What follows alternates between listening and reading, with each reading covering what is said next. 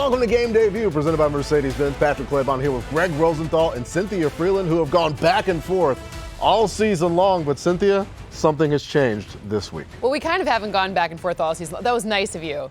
But it doesn't matter. It's how you finish, right? It's not how you start, it's how you finish. And right now, things are okay. I didn't even know. Yeah, I had to be told this. Apparently, this Pittsburgh Steelers of this operation looking good all year, and then at the end, it just sinks, and I'm getting drubbed all of a sudden. Yeah, the dueling flexes there. Cynthia flexing that she didn't even know. Greg flexing that he's been on top all season long. But yes, it is now Cynthia with a 3-game lead that she was apparently not aware of at all until our meeting today. I don't buy that. I don't remember some of your... She's checking what the picks are, but it's not done yet. We got a big Week 18. There's weird spreads all over the place. I just look at my own. I stay focused on myself, Greg, only me. I compete with myself. Don Drapered me. I don't even think about you. Don't think about you at all. We got more sneak disses coming on this edition of Game Day View. High stakes, though, when the Vikings face off against the Lions on Sunday Night Football. The winner gets the 1 seed in the NFC. Loser falls all the way down to 5. These teams throwing haymakers when they met back in Week 7. For a quick look back,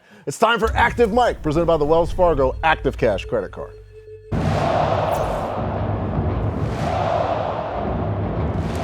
Coming to take over. We want Detroit. It's time to seek the moment of truth and show them who we about, what we about.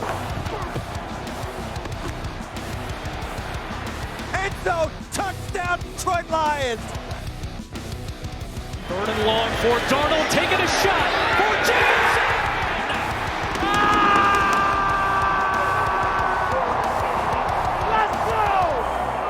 Goff takes back, looking, Steph was right, there's wide open downfield, it is caught, end zone, touchdown Detroit Lions! Good job, bro, Keep this good. This time Montgomery, find him, grab the ball is out, picked up by Pace, down the sideline, there is a flag, he's in, Minnesota leads, weighty kick of his life. Bates has delivered! The Lions overtake the Vikings for the top spot. Come on, kids, stay healthy. Patience. My God, man, you guys didn't bat an eye. I love this freaking team. I love the coaches. I love the players. I love everything about it, man. We are so freaking hardened. And they have had to be. As the season has gone on, this is what it's come down to in the NFC. We've said it. Look at the difference there. The Vikings at 14-2 can be right there where the Lions are if they get this win on Sunday Night Football. Also, keep an eye on the Falcons and the Bucs as a win-loss situation could change that. But we're focused on the Vikings-Lions rematch in Detroit. Stakes huge, as we said, very close to first time. You just saw it. What about this time in this matchup, Cynthia? What happens?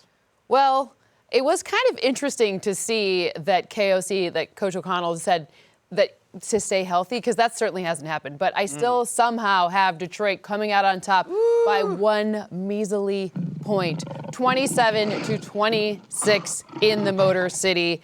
I don't like this from the standpoint of I'd rather hedge and have picked Minnesota and then just be cheering for the Lions and just be happy about it. But you know who else likes to take risk more than me? That would be the coach. And when you're looking at what Jared Goff's been doing on 3rd and 4th down last week, that was something where Dan and I guess Ben Johnson too, they're like, hey, who cares if it's 3rd or 4th down? We don't care. We can throw touchdowns on every single down, and we're going to keep going for it and not let our defense stay on the field because there's pretty much no one playing on the defense. So ultimately, using those downs, those later downs, kind of the way that you'd use 2nd down or sometimes even 1st down, are very interesting. Throwing touchdowns on 4th down, that's a risky strategy. But if you're going to be in the position where your entire defense is banged up, it's a risk worth taking, and it paid off last week, and that's going to be something I think we see here too, especially considering Minnesota and later downs, they don't blitz as often, so you're going to get better looks potentially with less blitzing. It's very interesting. So you're hedging a little bit. I'd love to hedge. You are picking the Vikings to cover the spread. I am. To cover that 3. I am. And I went into this week, and I was almost surprised. Oh, the Lions are favored. Don't we just kind of see that the Vikings are a better team now? And yet when I looked at this, sometimes this is not about the team. It's not about the numbers. It's not about hedging. I want to watch Sunday night. I want to root on the Lions. And I believe there's something beyond the numbers that the model can't even replicate. Lions win this game by 4. They cover the number, and it's because of Dan Campbell, because he's made us all believe in something greater than just the X's and O's and the Jimmies and the Joes and the blocking and the going for fourth down, and I just have enjoyed being part of this journey. They are America's team. I'm sorry, Vikings. Like, I can't remember a team that had this many people that aren't Lions fans backing them. And so even though I kind of think the Lions aren't as good because of their defensive talent ultimately in the back seven, especially at cornerback and linebacker, ultimately I look at the games they've been in. They've been making this journey for 3 years. You think about a couple years ago on Sunday Night Football when they beat the Packers, and I just feel like they are hardened. Just like Dan Campbell said, they've got special players in Goff and Gibbs, and they find a way somehow to get it done and get themselves a little break. Yeah, a little break that's needed for a team that's dealing with all these injuries. Guys, it's unanimous. I have the Detroit Lions winning. Also by 1. I'll give both teams 1 more point than Cynthia there. My score 28-27 because I think there's going to be high scores. The Lions clearly have those problems with injuries on defense, but there are 2 parts of this Lions defense that are there and playing well. It is Kirby Joseph, who leads the NFL in interceptions. Talking about Pro Bowl snubs. How about the way that he has played this season? Also, Brian Branch in the secondary. Sam Darnold, almost half of his attempts are past the sticks, and the intermediate defense for the Detroit Lions secondary, top 3 in the entire NFL. I know they are hurt, but if we're going to pick the quarterback to make mistakes, we saw Darnold with those high throws last week against the Green Bay Packers. Jared Goff hasn't made those mistakes. I think Jared and the Lions get a win here. They're going to meme us. Meme away. Vikings fans are the most likely to meme in 2025. Yeah, look at the blowouts that we have collectively. 6 points between us. We respect the Vikings. Just feel like the Lions are going to win this game at home. Moving to the AFC, the Bengals might be the one team opponents do not want to see in the postseason. The Bengals trying to win it from the 3-yard line of Denver. Burrow looking to throw. His pass, it is caught by T. Higgins. Touchdown, It's over. Bengals. And the final playoff spot in the AFC will not be decided until the final week of the regular season.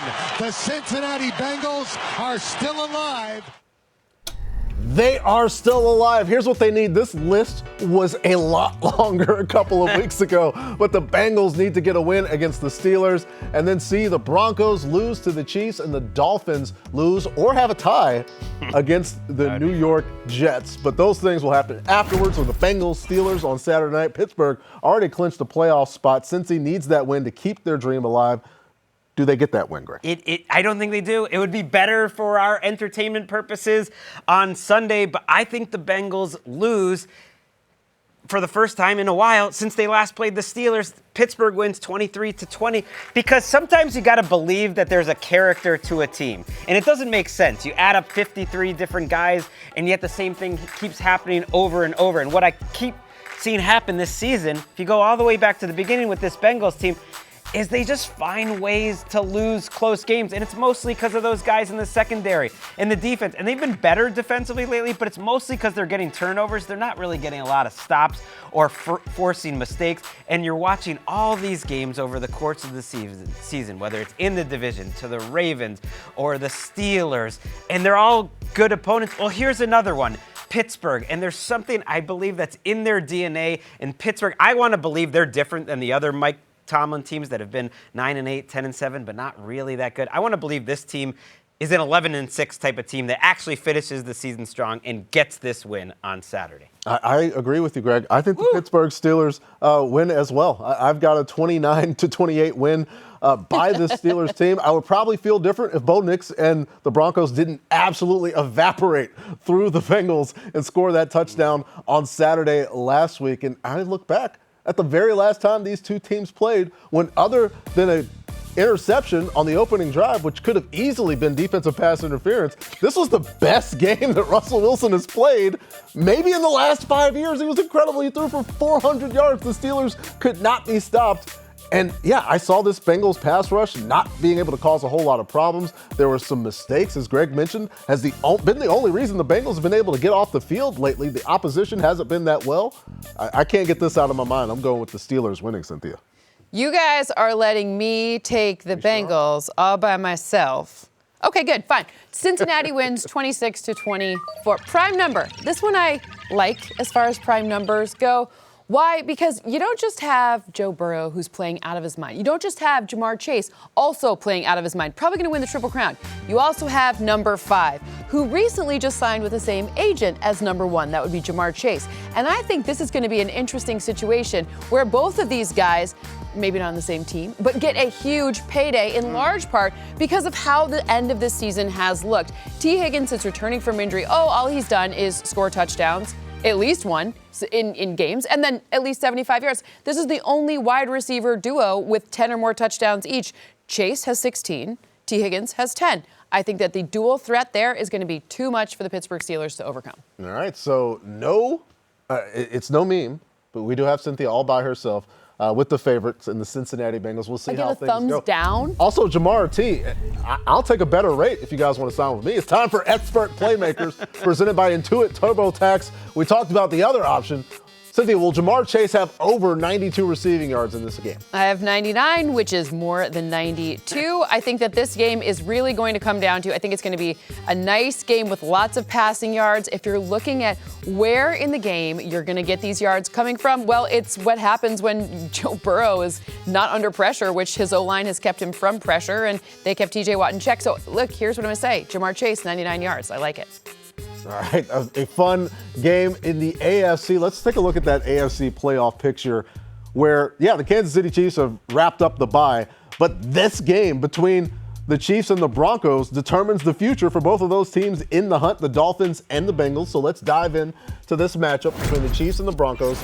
KC gets the 1 seed. They will be resting starters. No Patrick Mahomes, no Chris Jones. If Denver wins, they clinch the final wild card spot in the AFC. How do you see this going, Cynthia? I think it's a closer than expected game. How about put it that way? I have 25-16 in favor of Denver. When I'm looking at Bo Nix and his evolution from the beginning of the season, I think we need to kind of believe Sean Payton a little bit more. Before the season started, we were kind of like, well, he's played a whole bunch of, he's old, Bo Nix as in, he's old, and we've seen some turnovers. We don't know what to expect. And then Sean Payton comes along, watches him throw like 6 passes, and is like, this is the next Drew Brees. Now, I'm not going to call him the next Drew Brees, but I am going to say we've seen such a stark contrast from the beginning of the season to the end, and his evolution, his strategic use of the run game, I do want to see how overall the Broncos run game looks in this matchup, but I think it's a nice solid win, just maybe a little closer than the number is predicted. Yeah, so it's the first game we're talking about who's sitting and who's playing. Carson Wentz is starting for the Chiefs, and that's why you see that monster number. I think the Chiefs cover that number. So does Cynthia. And I think the Broncos win, and they ultimately go to the playoffs because they're different than old Broncos team because they have superstar quality players. This has been such a one-sided matchup, Denver and Kansas City, over the last 6-7 years. But if you think back to earlier this season, it was a very close game, and it's partly because they have premier talent. You're watching Zach Allen, who made the Pro Bowl, who might make All-Pro, who, if he had a different name, would be a star at this point because he's playing at a star level. You're looking at Patrick Surtain. Think it's his name that's holding you back? If his name was like Razor Allen. I just mean, like, he came up as a 3rd-round pick, and he's just not a well-known guy because he comes from Arizona. Patrick Surtain, Defensive Player of the Year, premier talent. And I would throw Quinn Miners in there, who probably should have been on the Pro Bowl team or an All-Pro, but 3 guys who might be the very best at their particular position. That's enough to get them through what I think will be an anxious, closer game than Broncos fans really want. Yeah, I've also got the Denver Broncos not necessarily covering that line because rosters are only so big in the NFL. The Chiefs have had injuries at skill positions. Some people have to play. And so I think it's closer there. I got a 5-point win, but we are memeing here. And Greg mentioned all the talent on this Denver Broncos team. Let's discuss Courtland Sutton. What a season for him. He's making difficult catches. He's like the only guy on the team that's doing it. 13 catches this season with a sub 50% completion probability, more than all other Broncos receivers combined. Just a really good season for a really good player. For this old, elderly 24-year-old quarterback who turns 25 in February in Bo Nix. But it was a critique, Cynthia. People were saying I didn't make it up. I'm No. not shaming. I'm not old shaming him. I'm just saying that was one of the draft notes. He's old. Yeah. I didn't say it. I just said it was. Like a couple months older than Jaden Daniels. Like, chill, everybody. They're not going to dry up playing football. Here, still to come, Baker balled out last week. 5 touchdowns. The Bucs need another win to get in the playoffs. So which Baker are we going to get Sunday against the Saints? Bad Baker? Or perhaps MVP Baker? 13 touchdowns. Right, Get a Baker's dozen coming up next after the break. Buck for Game Day View. NFL Game Day View is presented by Mercedes-Benz. Luxury SUVs now come with the luxury of choice. Mercedes-Benz has gas, electric, and plug-in hybrid offerings. Learn more at MBUSA.com.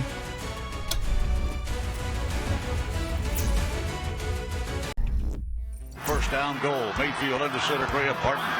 The back is Bucky Irving. Dropping the throw. Throws a dart. Caught ball. Touchdown, Mike Evans. First down and goal from the 1. Pass the left side. Caught ball. Mike Evans. Looks the other throw. One of the crosser. Caught. Touchdown. Tampa Bay. Hopping. Goes toward the end zone. Wide open. Caught ball. Touchdown. Payne Durham. From the 16. Mayfield shotgun. Blitz coming. Caught ball. It's inside the 10. To the goal line. Touchdown, Tampa Bay. Time for the Drive to Excellence presented by Mercedes-Benz. Saints, Bucks in Tampa. Baker coming off a smooth 5-touchdown performance against the Panthers. If the Bucks win Sunday, they clinch the NFC South and a spot in the playoffs. Do they take care of business, Cynthia? Heck yeah, they do. 30-13 is my score. And Mike Evans, he gets his next 1,000-yard season. That makes it 11. He needs 85 yards. That feels super manageable for him, maybe even in the first half. Then they can sit him in the second half, well on their way to the postseason. I believe they do so as well. Baker plays well, but the guy that has been the big spark in this late season push by the Tampa Bay Buccaneers is their rookie running back, Bucky Irving, who I think has great things to look forward to. Tampa Bay wins at 24-13, powered by their 1,000-yard rusher in Bucky Irving, who has a whole lot of yards against the Carolina Panthers this season, and I recognize those help statistically, but look at what he's been able to do down the stretch, especially those wins on the road. And now they're back at home. I think Bucky Irving powers this Bucs offense to another win, Greg. Yeah, it's going to be tough for Falcons fans watching this because they're just hoping for a chance, and I think there is no chance. I think the Bucs roll 37-11 is my score. And I'm going to talk about Shaq Barrett, who is now on the Tampa Bay Buccaneers. Yeah, one of the Super Bowl heroes when they won back in the 2020 season, was so good off the edge for them, retired, came out of retirement, was with the Dolphins for a little while, and eventually they let him go so he could play on a team he'd rather play for. He's very close with Todd Bowles. He's been through a lot lately in terms of his personal life, and he said when he was retired, it sort of reignited his love for the game. So I think that's pretty cool. They could use a pass rusher, just something to watch down the stretch, someone they're really excited to have back in the building. Yeah, quite a luxury. But like, oh yeah, let's bring Shaq Barrett back and go win this division. Let's take a look at the odds to win. Oh, it's not going to be good. The NFC South. And yeah, right now the Falcons are looking at this Bucs game against the Saints. Negative 1,400. Well, you should have been listening to me before the season. You can check out my division picks. I had the Bucs to win it when everyone was on the Falcons. Yeah, it wasn't even close. All it took was an overtime loss to the Washington Commanders for those Falcons, who have the Panthers coming up. Atlanta, again, needs a win here, plus the Bucs to lose. How's that one going to go, Greg? I think the Falcons do win this game, and I think it's an important game for them to prove kind of they've taken a step. Losing 2 straight at the end would be disappointing. But Michael Penix gets them a close win, 26-23. I like the Panthers a lot to cover this 8-point spread because to me the Falcons have not earned the right to be this huge a favorite against a good quarterback in Bryce Young. And yet what we've seen out of Michael Penix the last couple of weeks, I think will give the Falcons and their fans optimism heading into the offseason. Look at that pass. When he throws those out routes down the field, it gets there so fast that the decision-making is great. The poise is terrific. The movement ability and all that, that'll come with time, but he certainly is moving better than Kirk Cousins. So I think it's ultimately a positive how they finish, as long as they win this game. Don't lose it. Yeah, and they have. I think the winning opportunity comes easy here. I got the Falcons winning 24-16. Mainly, not just taking shots at Bryce Young and this Panthers offense, but the run defense is historically bad in Carolina. They've given up 2,800 yards rushing this season. And in terms of EPA against, they're the second worst rush defense in the history of the Next Gen Stats era, going all the way back to 2016, and that means Bijan Robinson will have an incredible opportunity. He's got 6 touchdowns in his last 5 games, 125 yards in one of them, 94 with 2 touchdowns, 90 with 2 touchdowns a week ago. Big week for Bijan.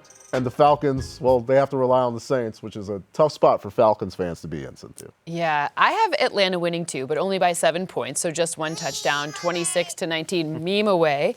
Interestingly enough, I just feel like we should say at least one nice thing about the Panthers, and that's about Adam Thielen. Adam Thielen's ability to really help Bryce Young out, especially after kind of a weird beginning of the season. Things were not good. There were some injuries. It was a really tough season overall for this entire offense, but I've been watching the routes that he's been running. I've been watching him get open. I've been watching a lot of fun things from Adam Thielen, and I think that has really helped Bryce Young. So if we're looking for something positive here, look at the connection between those two. Huh? Yeah, look at the dimes being dropped by number 9 out there. No, you're right. Thielen was supposed to be washed up years ago. Yeah. He's not washed up. And he's amazing. Stop ending people's careers, like both of those players who had a great turnaround this season. When we come back, Tyreek and the Dolphins need a win to keep their playoff dreams alive. They're going to MetLife to take on Aaron Rodgers and the powerful Jets. Aaron would love to crush the Finns in what could be his final game as a Jet. Maybe as anyone. Who's going to win? Find out coming up next on Game Day View. Looking for quarterback stats? Just ask Siri. Who leads the league in touchdown passes?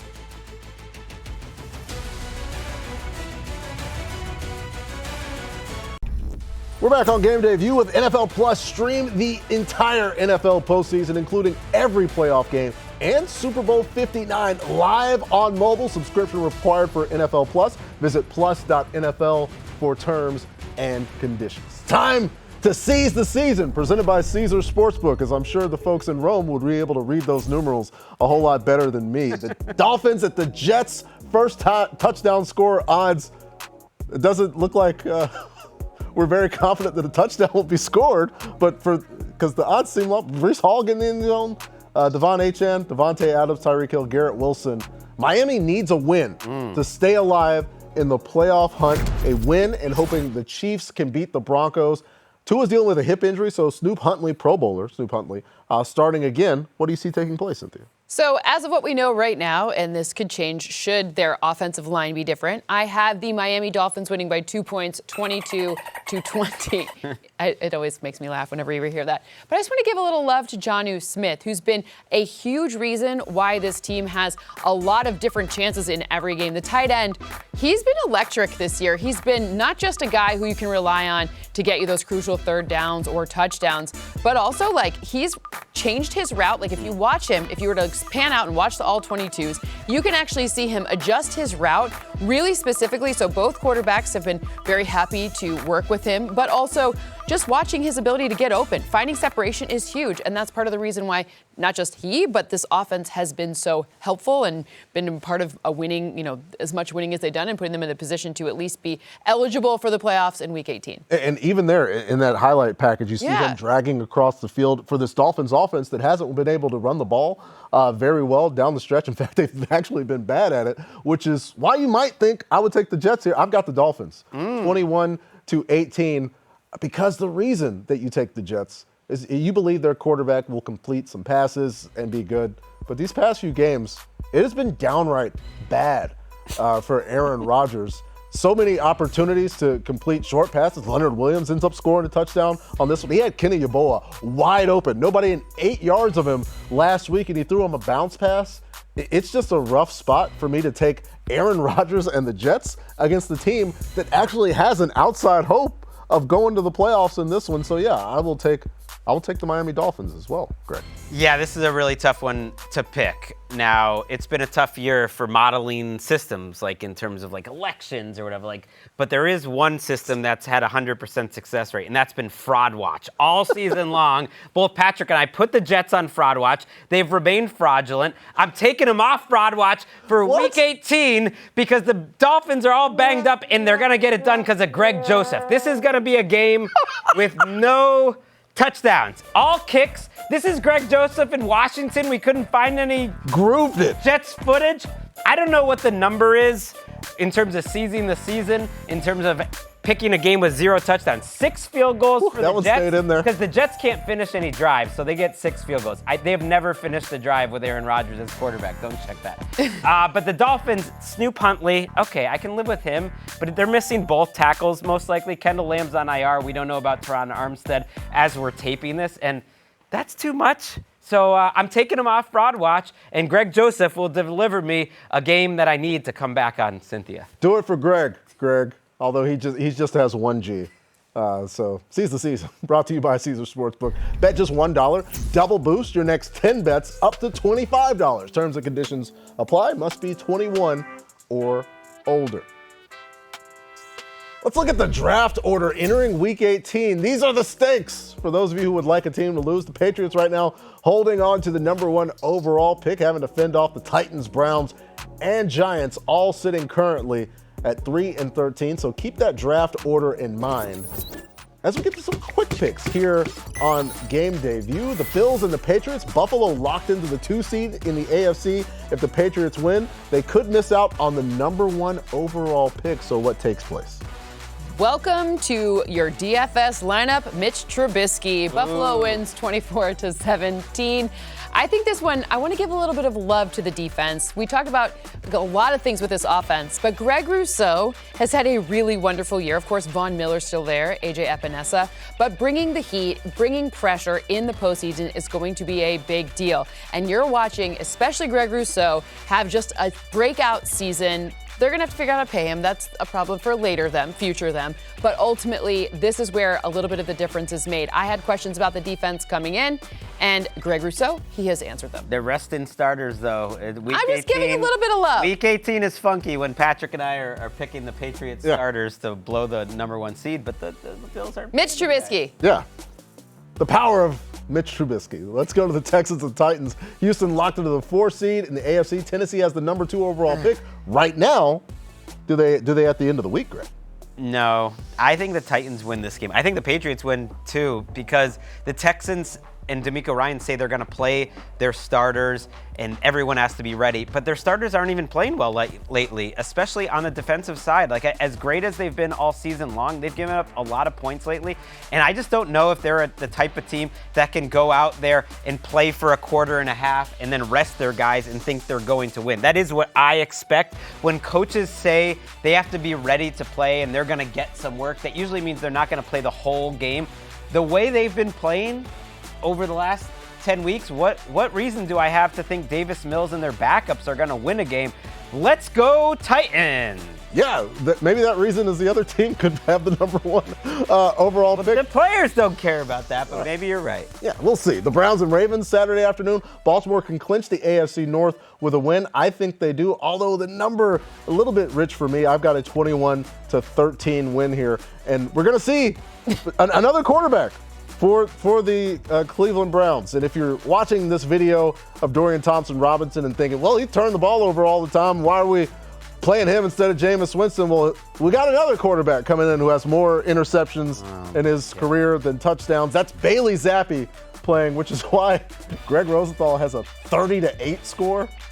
Not a lot of faith in the Cleveland Browns, but I think they're playing for something, an opportunity to spoil. I mean, that's generous. They scored 3 against the Dolphins last week. It's been rough. The Giants and the Eagles, Philly locked into the 2 seed in the NFC. They're resting their starters, including Saquon. Do Big Blues team starters get a win against the Eagles, Greg? They do. I'm going with all the teams who are playing their starters, blowing their draft pick. Drew Lock, it's happening. Malik Neighbors, this guy is a force of nature. That was one of the best games I can remember out of a rookie wide receiver I've ever seen. It reminded me of Odell Beckham against the Cowboys back in the day. Man, this kid can make every type of throw, and I think Drew Lock has played better than the numbers indicate all season. Again, it's a bunch of starters against a bunch of backups, and that's why these numbers are so low, -3 for the Eagles. What are you laughing at? I'm laughing at Drew Lock throwing for like 3 air yards there. Malik Neighbors running for a 57-yard touchdown. Get it to your playmakers. Game of his life. Drew Lock coming up. What about the game of the week? Vegas is expecting points on points. Vikings, Lions battling out for the top spot in the NFC. We're talking player props for this epic rumble in Motown, the first ever between two 14-win teams, coming up next on Game Day View.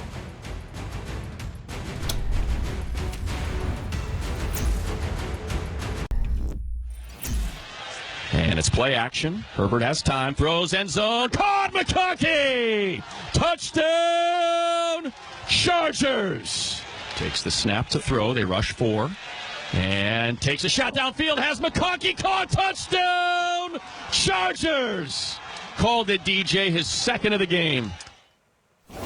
Yeah, Matt Money Smith also took a shot at Elliott Wolf after that. The Chargers-Raiders in Vegas, Coach Harbaugh says if there's a chance to move up seeds in the playoffs, they are going to take it. So L.A. is playing to win the game. The Raiders have won 2 in a row. What happens here, Greg? I think the Chargers do win this game, and they win it going away 23-13 because Justin Herbert is playing his best ball of the year at the end of the season. That is absolutely huge. And then on the flip side, on defense, Derwin James has been on a sack streak. Very nice to see Derwin James rewarded with a Pro Bowl appearance. They're using him more around the line of scrimmage. He also is always the happiest guy in the post-game celebration. You can tell when they talk like culture. I don't even know what that means. I think it's just having guys who are really good that care a lot. And I think Jim Harbaugh recognized Derwin James as a like-minded individual, a really talented individual who cares a lot. Happy to see him doing so well. Yeah, it's a fun team. A lot of guys to root for. I also have them scoring 23 points. I've got to win 23-19. And they get one of their best players on offense back. And we saw J.K. Dobbins be a part of this offense when they really started to play well. Played well last week. Didn't have to play a lot, but what an opportunity for a guy who I think could be the comeback player of the year in the NFL. And J.K. Dobbins powers this team to 23 points early, and then they can shut it down as the defense holds strong and gets this win against Las Vegas, Cynthia. I mean, 23 seems to be the number for the Chargers. 23-16 is my score. A touchdown win for the Chargers. Meme us away. I just want to talk about Brock Bowers one last time because we're probably not going to, we're not talking about him in the postseason. But ultimately, what he's been able to do, breaking Mike Ditka's 63-year record, that's incredible. It's all about yards after the catch over expected. All of the different ways that he's been able to run all of the routes on the route tree, be effective in each and every one of them. The thing about this kid is he's so quiet. We don't even hear him. He doesn't talk about it. He's not like one of those people who's telling us how amazing he is. So we get to be the mouthpiece for him. He should at least be in consideration for Offensive Player of the Year, just with Ladd McConkey as well. But Brock Bowers, an amazing talent. We're going to be watching him going forward. And, next time we'll talk about him is probably, in the preseason when we're doing fantasy drafts, and you're going to want to draft him very high. Oh, no, I'm covering him in the Pro Bowl games. Big Same. Pro Bowl games. Very early. Same. After the first half on Thursday, I know some Georgia fans would like Brock Bowers and Ladd McConkey to still be there. Let's go for more or less, talking some player props for the colossal Vikings-Lions matchup on Sunday night. Greg, will one Jared Goff throw for more or less? Just one passing touchdown? I mean, let's through the moon. Can I just throw it off the camera? It's over. 1.5. It's never gotten any easier. Brian Flores in this defense, I'm curious how aggressive they will be, but there's usually holes in the middle of their defense. If you're going to attack the Vikings, that's where you attack them. And who is great at attacking the middle of the field? It's Jared Goff right there. Easy. Your lips to whoever's in charge's ears to make that happen. Whoever's in charge, just hear Greg. All right, I will ask you about the opposition then, Cynthia, because Justin Jefferson has 2 100-yard games in his last 4. Does he go for more or less than 91.5 receiving yards? He's another guy who I have 99 yards forecast for. More yards than that. This defense is reeling. There are a ton of players still on IR. I think a lot of those players, like Carlton Davis specifically, I would really like to have him back for this matchup with Justin Jefferson. I think the key will be not letting both Justin Jefferson and Jordan Addison have 100 yards. Let's just keep it just to Justin. Yeah, just one. The Lions, I'll take one running back. Jahmyr Gibbs had over 160 scrimmage yards Monday night in a game they didn't need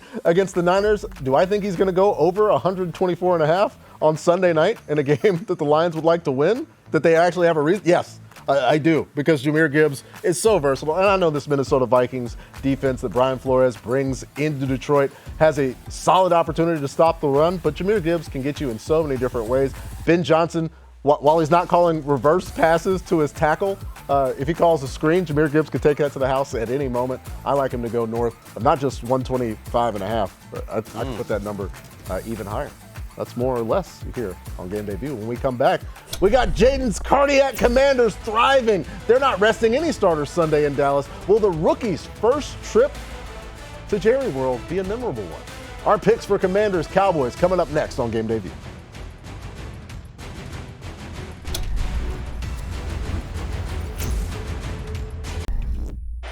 Two tight ends to the left. Here's the snap. James going to throw forward. He does. Into the end zone. What a catch. Deckard, who wants to go to the playoffs? Touchdown! Touchdown once again! They win in overtime! We'll see you in the postseason! Are you freaking kidding me? No, we are not. Fletch, the Commanders and the Cowboys in Dallas, Washington already going to the playoffs. If they win Sunday, they stay the 6th seed. Does that happen, Greg? It does. I think this is a game where you look at the first matchup and you see the Cowboys had the upset, and that actually plays into the Commanders' hand. They know not to take it lightly. They win 27-20 because Jaden Daniels has gone from one of the best scrambling young quarterbacks in the league to just one of the best running quarterbacks in the league, period, or just one of the best runners. I mean, his decision-making last week, he's so decisive. When he decides to go, he goes, and he makes people miss, and then he goes quietly and smoothly out of bounds, and it's like laughing and talking to the defenders as he's doing it. Like, the game seems so slow for him for a rookie. It's remarkable, and now he's going up against one of the worst rush defenses in the league in a few years. I think the regular ground game can get going, but when it doesn't work, Jaden Daniels will get plenty of scrambles, and I think they win this and they cover the number and make sure they go get that 6th seed. I have 5 points, so not quite covering the number. 27-22 in favor of the Commanders. When I'm looking at this, I want to talk about the unsung hero. That would be Zach Ertz. When you're looking at Scary Terry, who made the Pro Bowl, which is very exciting, you're obviously looking at Jaden Daniels, who's very likely to win the Offensive Rookie of the Year. We've kind of forget that some of these really clutch moments, these like key third downs, these last-minute touchdowns, where is he looking? Well, when Terry McLaurin isn't open, he's looking right at Zach Ertz. So I'm watching this tight end, and he's obviously a central figure to a Cliff Kingsbury offense. He was with him in Arizona, now he's with him in Washington. Trust. We don't talk enough about how Zach Ertz is still getting it done, even if he's not an Eagle or even a whatever. He's still great. Yeah, also beefing with Nick Sirianni in the division, fun fact. I love that. So fun. That I don't have them covering the number either. I've got a slim Washington win 22-20 because they've had problems running the ball. They couldn't run the ball against this Cowboys defense, which is also historically bad. That number 1 team, rush EPA, since 2016 allowed, is the Dallas Cowboys in 2024. They've been historically bad, and the Washington Commanders lost to them in the closing moments, which is the opposite of what's happened in the closing moments for the Commanders this season. Look at all of these wins. Yes, it's not just the Hail Mary. It's the late touchdown that we saw at the top against the Atlanta Falcons. It's the late touchdown in the division against the Philadelphia Eagles. That was moments before Ertz and Sirianni started beefing. It's just been close. So why not have one more close game for the Washington Commanders before they go into the postseason here in 2024's season? Time for us to do some quick picks as we are memed away on the Commanders. The Bears, Packers, and Lambeau. Green Bay already going to the playoffs. Bears haven't won in Green Bay since the Jordan Bulls were playing. Does that change Sunday, Greg? True? I don't know if it's true. Hytham might have written that. Absolutely as a shot. outrageous. It's true. Unfortunately, it's obviously true. Unfortunately for for Bears fans, you have to watch one more game, but that's it. Then it's over. You can take a break. 30-17. Packers win this game by doing what they've done all season, by running the second they get off the bus. So whether it's Josh Jacobs or Manuel Wilson, you don't need to give Jacobs 30 carries in this game, but we've seen if Malik Willis is at quarterback, they can run the ball well. He can throw the ball well. This is not a game where I'm worried about them going to the backups if they happen to be scoreboard watching and you see Washington winning and maybe they're not playing for much. Their backups are going to beat a Bears team, which is just ready for this season to end. This is why we can't have an 18-game season, Roger Goodell, because nobody needs 18 Bears games. Please. All right. The campaign begins from Greg Rosenthal. Seahawks and Rams, LA going to be resting their starters. So we're going to see Jimmy Garoppolo in this one. It's not because of that, but I will take Seattle to win the game 18-17 because we almost had an opportunity for this game to really matter. It came down very close, a ball going off Trey McBride's face mask. But just the opportunity for Jackson Smith-Njigba, who's had a tremendous season, especially late here, and the Seahawks passing offense to get to 10 wins against the Rams team that's going to the postseason. So a win there. We're all on the Seahawks. The 49ers, Cardinals, also in the division in Glendale. Both teams out of the playoff race. Who does it for pride, Cynthia? Arizona, I guess, 24-21. And why? Because I think Trey McBride has a massive game. We finally saw him get in the end zone. The great American nightmare is over. He scored. But I think in this matchup, yet again, he's going to have a nice opportunity. Obviously, tight ends wearing number 85 are a big deal in this matchup just overall, but I think that it's going to be the 85 for the Cardinals that sees the end zone potentially or has the bigger game. All right, unanimous for us on the Cardinals. Last one, Jags and Colts. I'm actually taking Mac Jones and the Jags here to win 23-20 a week after seeing Drew Lock dice up this defense, but I do want to talk about Anthony Richardson. Depending on his status, we are having these conversations later in the week. Not as late as I would like to hear more confidence from Shane Steichen about his starting quarterback. Playing through what could be a couple of injuries there. If Anthony Richardson, if the vibes are better about him feeling better, then I'll flip this pick around. But just considering all that this Colts defense has been through, that's what scares me and causes me to pick a team that could have the number 1 overall pick pending results this week. Still to come. So your team isn't going to the playoffs. That's fine, because now you can focus on rooting against your enemies. Plus, you can spend more time checking out prop bets of the week. We're on a hot streak. Props on props. That's coming up next. Write this down next here on Game Day View.